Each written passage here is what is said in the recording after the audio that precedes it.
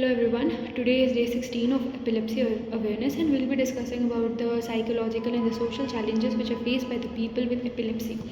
So researchers have suggested that 35% of the people with epilepsy, they suffer from anxiety, stress and depression, and they have 2 to 5 times higher chances of suffering from these mental issues. So why is this so that this neurological problem has a greater impact on their mental health? So that is because of the social challenges. These social challenges have a great impact on the mental health. Now, what are the social challenges which are faced by the people who are suffering from the epilepsy?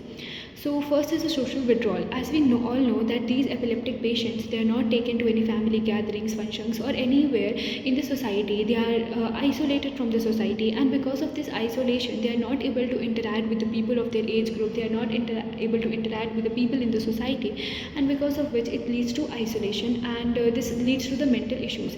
Even the family, they are very overprotective of the people with epilepsy, and as we all know that when we grow old we want to take the decisions in our life, but since they are overprotected and the family member are over concerned about them, and because of which they feel reduced independence in their life. Also, many people, they are not aware about the epilepsy, and they consider epilepsy as a mental illness, and because of which they treat them very differently, and in many places like in schools, in colleges, even the people around them bully them, and this further leads to the isolation of these people from the society, from the gatherings, and they try to remain in their room, in the house, which further leads to isolation and depression in their life and reduce independence. It does not only affect their mental health, even the family members are affected because they are worried about the seizures. In the early, like when it is diagnosed, in the starting, they are not aware how to manage the condition, and which further leads to the stress, and it has a great impact on their work. So now these social challenges affect the mental health a lot. Like they are always anxious because because they don't know when the seizures will come, and they always need a person with them who can manage the seizures, but it's not possible, and many people around them, they don't have any idea how to manage the seizures.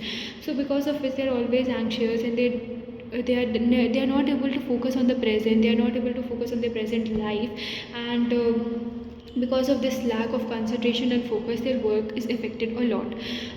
Then it has an impact on cognition also, because of which there is an impact on academic performance, and in turn the academic performance is affected, their work performance is affected, and this further leads to the lowest self-esteem in these people.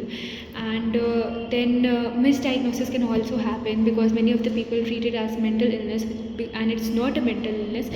So this will further lead to the depression, anxiety and stress, and reduced sleep in these people. So as we can all see that this neurological problem is affecting a mental health a lot.